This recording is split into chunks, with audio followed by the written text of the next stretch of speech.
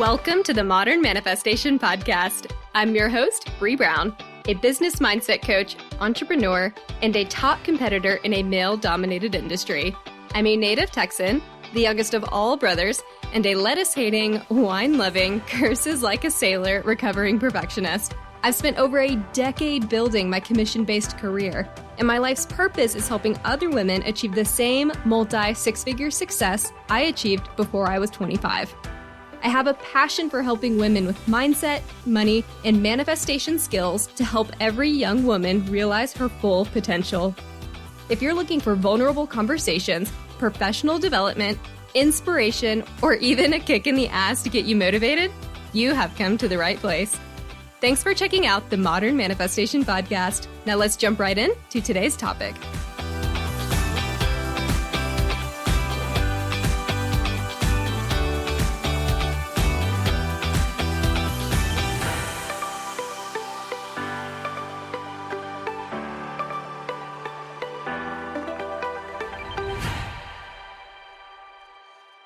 Hello, everyone. Thank you for tuning in. This morning, I bring you the third co-author from the book, Finding Our Wings, a book that covers 7 women's life experiences and lessons learned along the way. And our third co-author and interviewee of the book is Cindy Villanueva.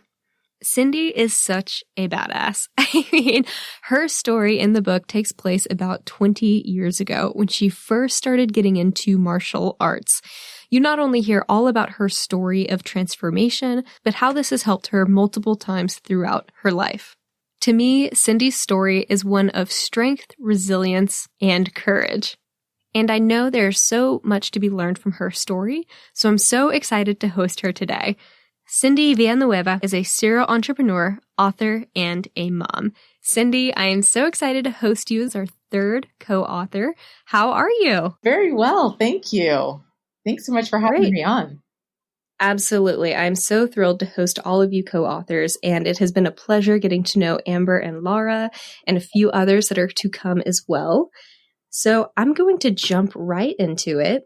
We heard from Laura and Amber how this book came to be. How did you become a part of this co-authorship as well? Yeah. So I was a part of the women's networking group that those guys were a part of 2-3 years ago, I guess, and had, been a part of that initial writing project that went awry. We all kind of went our separate ways, but we had stayed in touch, made some really good friendships through that process, even though it didn't, really come to fruition. And as we continued to talk, a few of us were saying, maybe, and then part of us was going, oh man, it was such a not great experience the first time around. And yet, when you have that story, you want to share it. And I'm a really big believer that, lessons learned that are not shared are really wasted lessons. Maybe you get out of it, but boy, you have to take advantage of the opportunity to share it with somebody else. And so we all kind of coalesced around this idea that, maybe we would just give it a try one more time. And so that's how it all came together. That is perfect. I think it speaks volumes. I mean, I have read your chapter and it's all about resilience and strength and stepping up. And I think the fact that you decided to step into this co-authorship again and go after the second iteration of this publication, everything, all the lessons that you learned in that chapter are coming through even with your actions in doing that, right? Because the first action or the first opportunity for this book failed. And then you still stepped into the process of a second book, essentially. Yeah. And I just think that goes back to that resilience that you formed. What was the hardest part of your chapter to write? I think going back and looking at that story, the most difficult part for me was really the crisis point. And it's not at the beginning of the book, which is a crisis, but it's later in the book where I'm talking about deciding to break the brick, where I'm at my first degree black belt test. I've had a wonderful day. And then the evening comes along and it's time to break bricks. And the thing that was really difficult for me to write at that point was that my self-confidence, the rebuilding of my identity and my strength was so fragile at that point. It was so new. And when I was faced with that crisis, it was really a challenge to kind of pull myself away from that sense that, oh, I shouldn't do it. I couldn't do it. It's better to just sit there and retreat and go back to that life that I hated. So that was hard to revisit, to go back and know, because honestly, it was a little bit shameful to think that, I had this fantastic day. It was my first degree black belt, and that day was fantastic. Everything went great. I ended up getting a Best Technique award for my division, and it just was perfect. But then for that last thing to come up, and it's not mandatory. Breaking bricks is an optional thing. And to think, oh, I've had such a great day. Everything has gone well. Maybe I should just say no. And, let's kind of just hold my cards here. And thinking back about it, it was shameful. Like, gosh, Cindy, why didn't you have the courage? Why didn't you just jump up and say, yeah, I'm going to do it? And, but I did end up doing it, and you'll read about it in the book. I did end up doing it, but that was the toughest part to write. That's an incredible story. And I actually loved that part of your chapter, is the fact that you stepped into the fire and did the thing that was hard for you to do anyway. And I can't help but feel like, maybe a lesson would have been lost had you not felt that shame and had you not been hesitant at first. Do you think that you would have learned the lesson that you needed to learn had you not had that experience of shame and had you not initially been afraid to do it? Yeah, I agree with you 100%. The lessons that I learned during the day going through the test were, I can push myself harder than I thought I could. I remember thinking about that test, walking in the door with the idea that no matter what experiences I had during the day, I was going to give everything I had. I've laughingly said since then, over 20 years to my students, you can scrape me off the floor with a spatula. I mean, I'm going to be done. And I did learn those lessons. And my goal for the test was, when I wake up on Sunday morning, I do not want to have any regrets. I don't want to think, wow, if only I'd gone a little bit harder during the sparring, or if only I'd pushed myself a little bit harder during the forms or the kicking or whatever. That was my goal, was to wake up Sunday morning with no regrets. And I did. And that's a great lesson. But I will say the lessons that I learned and the lessons I write about in the book, breaking the brick, transcend everything else I learned from that test. I feel like essentially what you're saying is that you never regret the chances you take. That's a great way to put it. You start off the chapter with something that just instantly hooked me. And the phrase was, I am not dumb. And I know so many of us, myself included, we can't help but defend ourselves from our own worst thoughts. And these things tend to bubble up a lot. And this was the exact narrative that I struggled with a lot growing up, because I was the youngest sibling. And so it was easy for my older brothers to always just say, oh, you're so dumb. You're not doing this, that, and the other, right? Because you're just younger and you don't know yet. Yeah. And so can you talk about what this phrase meant to you, how it formed initially, and then how you inevitably ended up letting it go? Oh yeah, it is heartbreaking. And I see so many women going through this.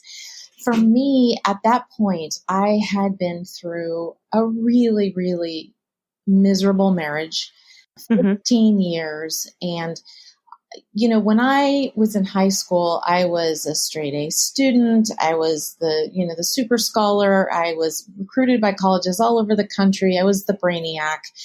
And so I had this history of being super, super smart. And yet here I am 15 years later, and I know that I have done the dumbest thing in the world by first getting married and staying married to this person who just stripped me of every shred of my identity and my confidence. And I say that as if I had no office. I mean, I made choices that allowed that to happen. And so my reaction to myself for making those choices was, you thought you were so smart. You're really not. You're stupid. And it was that just constant, unceasing self-deprecation. And I think we do that so often. I think about the things that I will say to myself compared to anything I would say to another person, no matter how vile that person is. I would never say the things that I say to me that I say to other people. And that was one of those times when I was just awash with that sense of just stupidity and incompetence and just so much devaluing of who I was. And it was my way of trying to fight back. I'm not stupid. I'm really not stupid. Look I have all these things in my past and maybe they were a long time ago, but I'm still that girl. I still, it was that litany of things trying to talk myself into believing it. And to answer your question about how I've overcome that, I will say it is something that I struggle with to this very day. But I have tools now where I find that, let's say I do something that I would consider dumb. Like I'm a 6th degree black belt. I'm a martial artist. I should be able to not walk up the curb and not trip. But if I trip, it's like the first thing that wants to pop in your head is, you're a klutz, you're not good at this, you're stupid, you're incapable, whatever. It's that you're blah, blah, blah, blah. So what I've done is I have worked really, really hard. I can't always catch myself before I start it, but I can transform that sentence. And what I've chosen to do now is, like, let's say I'm walking into my studio and I trip over the curb. Instead of saying, you idiot, you whatever, I say, you just tripped. You need to be more careful when you're coming up these steps. Or you didn't notice that the curb was there. You were distracted. You need to pay, more attention. And I just reframe it so that it's a positive, so that it ends up being, one of the things I tell my leadership clients all the time is it's just a math problem. It's just be really objective about it. Let's isolate the variables. Let's not attach emotion or personality to any of this. And so it's an action that I'm very deliberate with, is that I turn it into a very objective sentence instead of an emotional sentence where I'm castigating myself. You idiot. I can't believe you tripped over that curb. It's you tripped over the curb. Be more careful, Cindy. And then I can go on my merry way. And it's an objective sentence. It's no different from me saying, hey, my name's Cindy. I have green eyes. I can say it without batting an eye. There's no emotion attached to it. And I don't have to destroy myself. But it's a very deliberate choice that I make. That is such a fantastic message. And I actually love this topic as well, because I talk more about manifestation than anything else. And a lot of times it's just these continuous thoughts you have over and over again that can pile, these negative thoughts. Like you said, I am dumb. I am not worthy. I am not, I am not blank, fill in whatever that is. Yeah. And over time, you allow those thoughts to happen so frequently that it becomes a part of your identity. And then you're struggling to manifest things in your life that you want on a much larger scale, but it comes from these smaller nuances, these smaller things that you do. And so reframing is a huge part of that. And that's a great way to reframe a lot of the negative things that happen to us to still keep us in a positive state for manifestation and just in general being mentally happier people. I agree with you 100%. I think we don't ascribe enough value to words. And words are so powerful. They're so powerful. And, I'm a Christian, so a lot of stuff for me comes back to the Bible. But I think about, God spoke the world. He used words to create. And the Bible says that we're created in his image, and we have that creative power with our words. And we can create life or we can create death.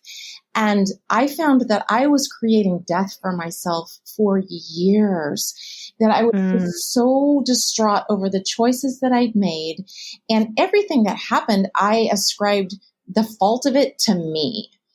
So what I'm saying, this person did this thing that made me feel this way, or this person mistreated me, or, this circumstance occurred, it always came back to, oh, well, I made a bad choice. I did something stupid. And I think, words go out, they go into your ears, they create something inside your heart. And so it's so important for us as women, as human beings, that we are creating life with our words. And I think about how the things that I say to my children, I create life. I tell them how precious they are. And I'm not one of those, you're perfect, you're the best. I don't mean it that way, but I create life in them by telling them how valuable I are, how much they are loved, how wonderful they are, how fortunate I am that they are in my life. And like I said before, I think lessons learned that are not shared are really only partially valuable. It's really important for us to take the things that we learn and to share them. And I think a lot of times when we do learn things, we're glad we've learned them, we've overcome, but now we just want to move on. But now let's take that whole concept and do it with the hard life lessons. And yeah, sometimes it means that, you got to write a book and say, hey, I, made some bad choices in my life when I was 18 or 20 or whatever. But here's what I learned, because, one of my very favorite quotes says that smart people learn from their own mistakes, but wise people learn from other people's mistakes. And I want to be a wise person. And I also want to give out the wisdom that I've learned so that other people, maybe you can make different mistakes. You won't have to make that same mistake. You mentioned within your chapter that you almost felt like you were going down the passive role as a wife that you'd saw your mother go down. How much of that, whether it be shame or vulnerability or regret or emulation, did you feel? And do you think that played into how long you stayed in that marriage? Or do you feel that there were any cultural expectations as a Hispanic woman with Southern roots that caused you to stay with your partner longer than you otherwise would have? Yeah, that's a great question. So my mom was very passive and my dad was very overbearing. They had a very traditional marriage. I mean, it wasn't that either of them was bad. That was a very traditional marriage. My father came from Mexico. He was kind of stereotypical of that culture, that he was the one who called the shots. And my mom was a very wonderful stay-at-home mom. Her big thing was she used to say, I'm not a housewife, I'm a homemaker. And that was a big deal to her, was that she stayed home and made a wonderful home for my brother and me. But she didn't stand up to my dad. And she gave me a lot of mixed messages, I think, when I was growing up. There was stuff where she would say, you are so capable, you're so smart, you're so talented, blah, blah, you can do anything in the world. And then there were also those good wives get up in the morning and cook breakfast for their husbands, and good wives do this kind of thing. And I grew up feeling like real good wives stayed married. You didn't get divorced. That wasn't something that was done. And also, I would say too, being a Christian, that was, in some churches, that's like the unforgivable sin. And so the whole concept of getting a divorce it just wasn't on the table. So I tried really, really hard to make it work. And it just was never going to work. And the whole concept of, staying married for your kids, well, when your kids are watching fighting and there's just a lack of comfort and a lack of stability, that's not good for your kids either. You brought up so many great points in that. I mean, even just a young woman that grew up in the South, I mean, I had very similar expectations from my own mother and my own grandmother. And they did their best to raise us as strong, independent women that could go out and do things. But at the same time, there's still those cultural expectations of, they come to visit and they're looking to me whenever, oh, I noticed there was dust on the baseboard, or, oh, and it's like, they don't look to my partner. They look to me and say, well, why didn't you get that done? And it's kind of funny that. Yeah. I grew up in California. But like I said, my dad was from Mexico and my mom was raised in California, but her parents were from Oklahoma and Texas. So I think there was some of that Southern culture that sort of seeped through. And, I mean, when my mom died, she had cancer. She died 2 weeks before my parents would have had their 51st anniversary. And, that's just kind of how I thought it was supposed to be, like one and done kind of thing. So the idea that I couldn't make it work was a source of shame. I know you found martial arts in a very vulnerable time in your life. Why did you fall in love with it? And what what about it spoke to you as you were going through your divorce? So I started martial arts really just to have something to do with my kids. My daughter, when she was in the 8th grade, had gotten into this dumb little pushing fight at school. It was like no big deal, but my parents freaked out and they said, the kids need to know how to defend themselves. Find a good martial arts school. We'll pay for the first year.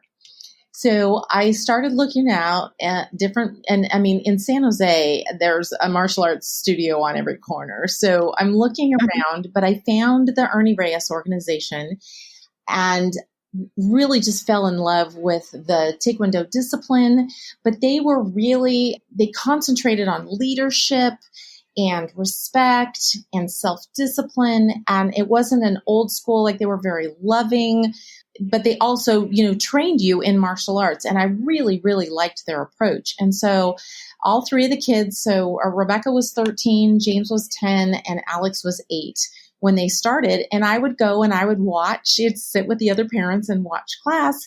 And then we would come home and we would move the couches and everything out of the way. And I'd say, okay, teach me how to do this. And they would teach me at home.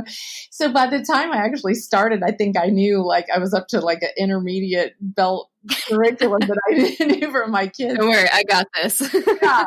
So with our association, we have 2 black belt tests a year, and you can go and watch them. So I took the kids when they were maybe green or purple belts. They were intermediates, and we went and we watched. And there were women there in their 30s who were testing for black belt, and I thought, I've been an athlete all my life. I'm going to give this a try. And so I signed up the following week. And we just, it was really enjoyable for us to do it together. And then when I was going through the divorce, of course, I was 3 years into the program and getting ready to test for my first degree black belt. And it really became my outlet. I can have a horrible fight with my husband, soon to be ex-husband, on the phone, and I can go to the studio and I can kick and punch and just get out all of the aggression or the stress. It also was a way for me to kind of reclaim some control because I was doing things that I didn't know I could do. I was training with guys. I mean, at my studio, we trained co-ed, where I know a lot of studios, the women will only spar with the women and vice versa. But, I'm sparring guys out there and I'm kicking and punching and feeling good, watching my body transform, getting stronger. So it was a great outlet for me when I was, where one part of my life was kind of falling apart, to be able to have that control over another part of my life.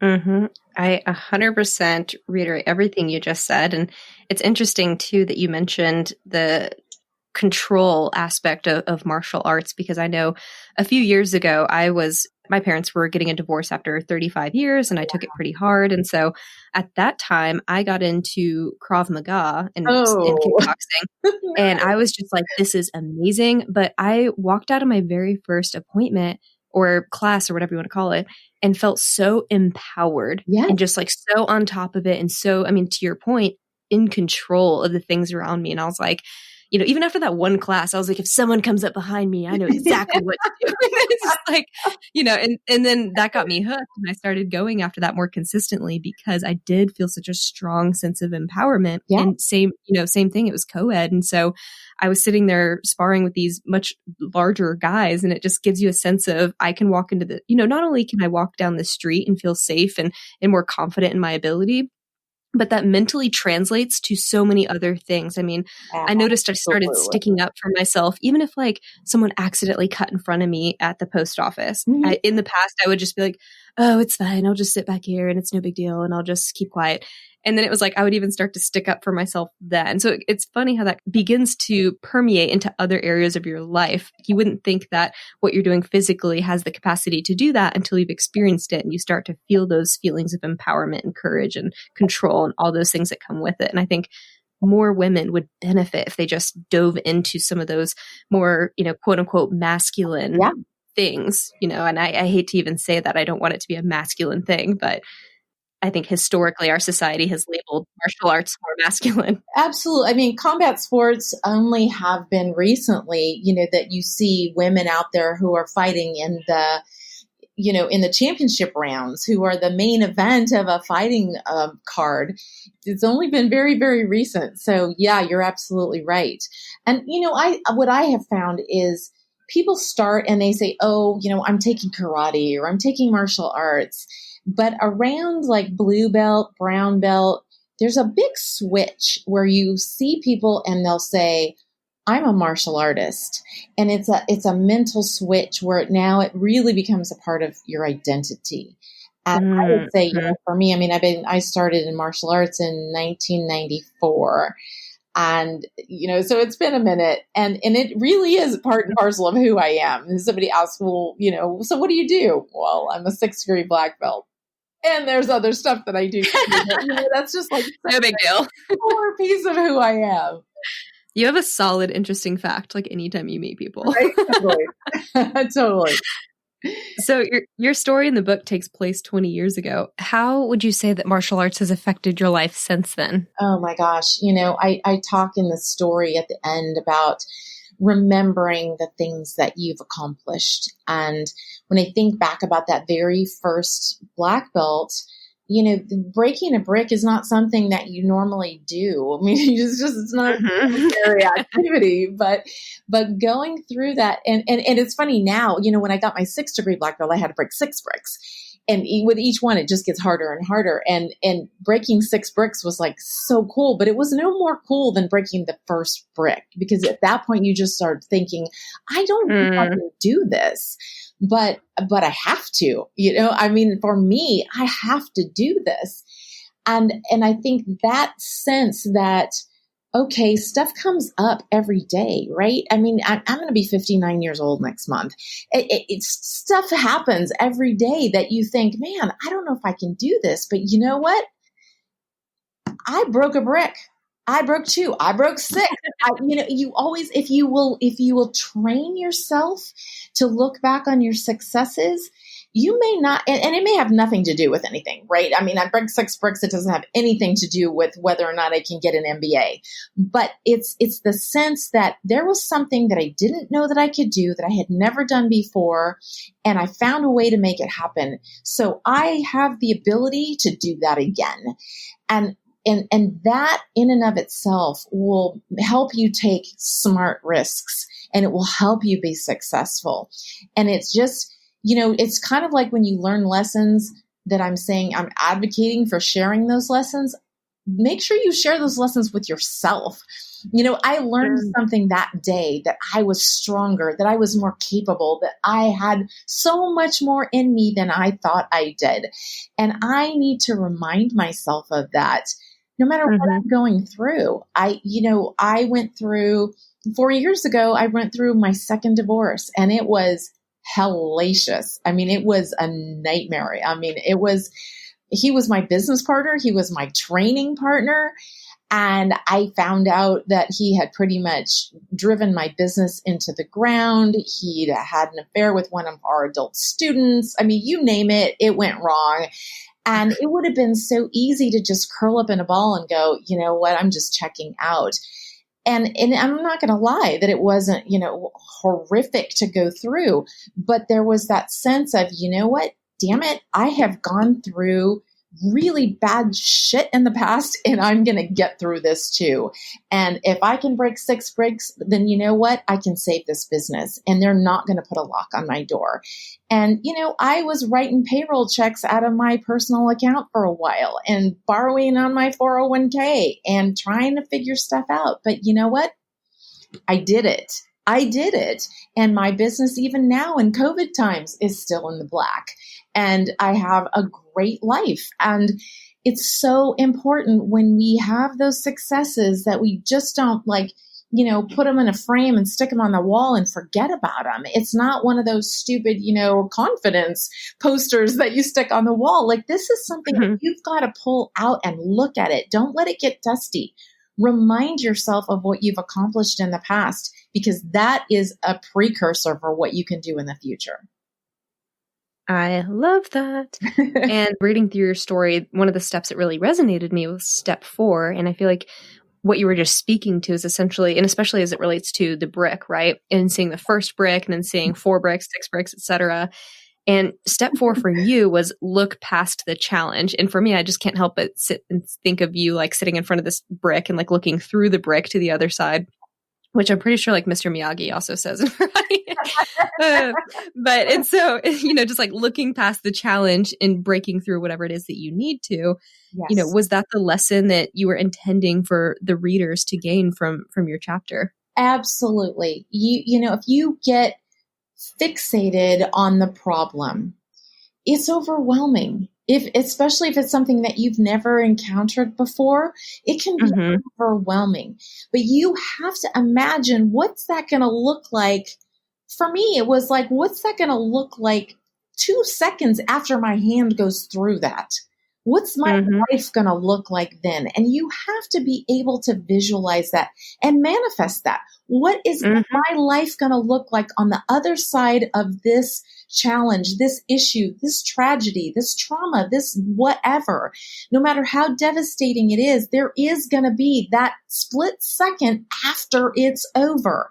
And if I can focus on that, and I'm not trying to be Pollyanna about it. I'm not trying to pretend like it's not going to be devastating when you're going through it, because I'll tell you, there's been a lot of really awful things that I've had to go through. But if you can kind of focus just beyond, not looking, well, in 10 years, everything's going to be great. No. What's your day after going to look like? Maybe you're going to be bloody, you're going to be bruised, you're going to be just knocked on your ass. But what's it going to look like the day after it's over? And if you can keep your eye on the ball at that point, you can go through it. You can make good choices. But if you're fixated around the challenge right now, it makes it so difficult to make good decisions, because everything is skewed through that lens. Right. And that's such an important manifestation lesson as well, is stepping into the feelings of how something is going to feel after you've done it. Are you happy? Are you excited? Are you joyous? Are you peaceful? Are you relieved? Find out what that emotion is and step into it before you even start. And it'll help you get the outcome regardless of the how, right? Because God or the universe or Allah or Jesus or whoever your person is looking out for you, and they're going to take care of the how. You just need to know where you want to end up, and then they'll take care of the rest of the process. So good. So good. I'm curious to know, have you always wanted to be a writer? Yes, I have been writing and telling stories since I was a little girl. So it's always been something that I've wanted to do. I've written a lot of stuff. I write in my profession as a marketer. I wrote stories all the time when I was in high school. Took all the creative writing classes, all of that kind of stuff. I have always wanted to do this, and it was just finally time. I love it. Divine timing. It's something Laura mentioned in her first podcast. I was like, yes, I feel like it was the right time for all of you guys to come together. Yeah, it really was. So what is next for you? So I'm actually working on a book, and it's called, you do want to be right. Hard to believe, but it's called Don't Fight Mad, and it's again has a lot of martial arts as the metaphor for life, but it's a memoir / self-help / inspiration book.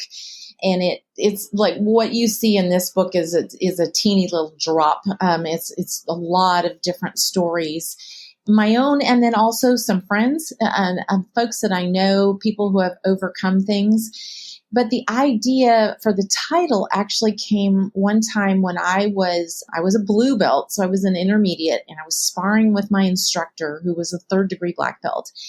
And whenever I would spar and I would get hit, I would get angry.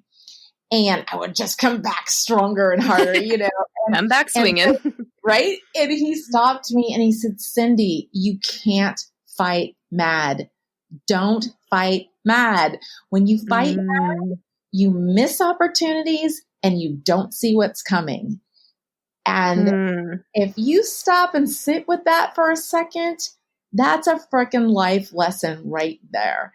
Oh, hell yeah. And so that was kind of the start of it. And so a few years ago, I was really privileged to deliver a keynote at UT at the Graduate Women in Business. And I did this whole speech. And at the end of it, I had a bunch of people who come up and said, oh my gosh, there should be a TED Talk. You should write a book, blah, blah, blah. And, that's been kind of rattling around in my head.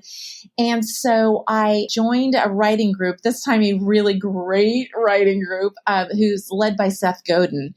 And there's probably, 300 or 400 people in the writing group, and started in June. And the idea is that you write every day and you're in this community of writers, and everybody's doing something different. There's memoirists, there's fiction, there's science fiction, there's fantasy, there's, you name it, there's that. But you get a chance to just hang out with other writers and read other people's stuff and have other people read your things. And so I'm pretty close to being done with that. And the hope is to have it ready for publishing at the end of the year. 2 books in 1 year. Wow. I mean, not even a year. It's like a quarter. Right? Crazy. Well, congratulations. I cannot wait to hear more about it. And please send us a link whenever that goes live. And I can update the show notes with all of that and link to it so people could easily find it. Brilliant. Thank you.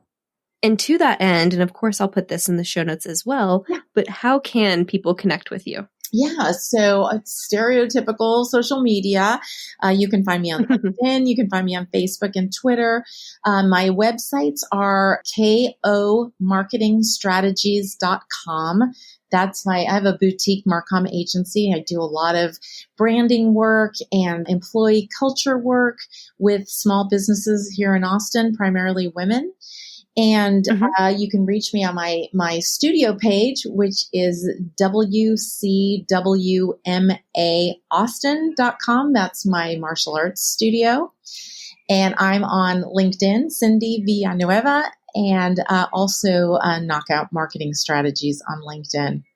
Perfect. Well, it was so wonderful having you. Thank you so much for spending the past hour with me. And I can't wait to have more of the interviews come online as well later this month. Yeah, thank you so much for supporting women authors and this great entrepreneur book. It's really a dream come true for all of us. So thank you for being a part of that. Honestly, it has been such a pleasure. And to all my listeners, thank you for tuning in. And I hope you gained so many nuggets from Cindy and I's conversation today. If you want to hear more about Cindy, I will link her website and all of her social accounts in the show notes so that you can easily go and find her. And if you haven't already, I highly recommend you head over to Amazon and grab your copy of Finding Our Wings and check out all 7 of the co-authors' personal stories and lessons learned. And as a reminder, we would love it if you would rate, review, and subscribe so that we can make my goal of getting on Apple's new and noteworthy list and Spotify's trending list. Help me manifest this shit and make it a reality. Thank y'all again, and I will catch y'all next week in our final interview with these co-authors from the book, Finding Our Wings. Thank y'all so much for hanging out with me today. If you enjoyed this podcast, hit subscribe so you can stay up to date with new episodes. As always, we would love it if you would share this episode with friends and family who could use the inspiration.